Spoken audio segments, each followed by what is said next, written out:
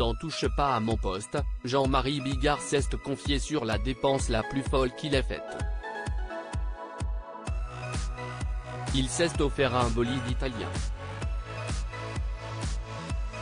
Mais le rêve a tourné court rapidement pour l'humoriste, car cette voiture lui a coûté très cher. Après avoir fait son retour dans les grosses têtes, Jean-Marie Bigard a rejoint l'équipe de chroniqueurs de Touche pas à mon poste depuis quelques semaines. Une participation qui réjouit l'humoriste. Il n'a pas caché son bonheur, ce lundi 28 novembre, de compter parmi les intervenants du programme. J'ai le vent dans le dos, si est-il un cadeau. Tu es mon cadeau de Noël, Cyril, s'est enthousiasmé le compagnon de Lola Marois. Après avoir diffusé un extrait d'On refait la télé qui accueillait ce week-end de Claudio Capéo, toujours soucieux de ses finances malgré le succès, Cyril Hanouna a demandé à Jean-Marie Bigard s'il ne regrettait pas d'avoir dilapidé sa fortune.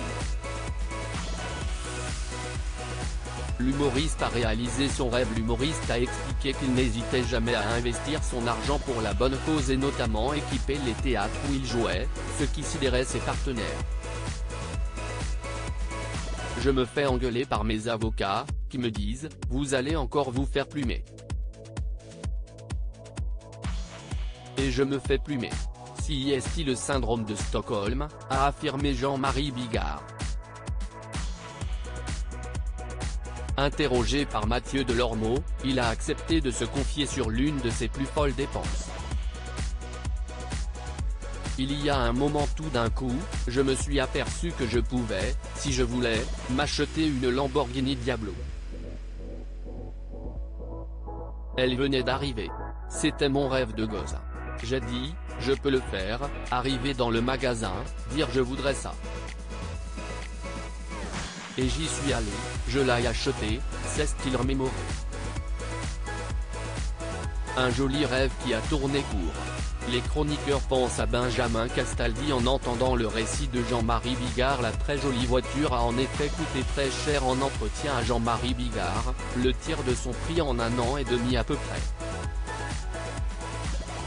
Sans compter que le bolide a perdu très rapidement de sa valeur et le cours de la monnaie italienne n'a pas aidé l'humoriste à rentabiliser son investissement.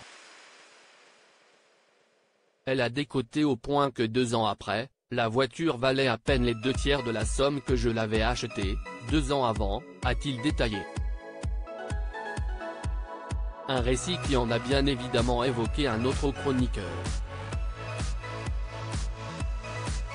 Benjamin Castaldi avait lui aussi raconté comment il avait placé beaucoup d'argent dans une voiture.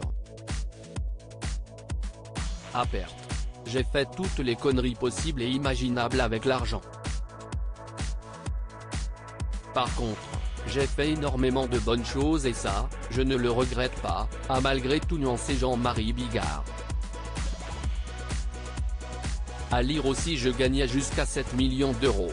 Jean-Marie Bigard fait des confidences cash sur sa fortune.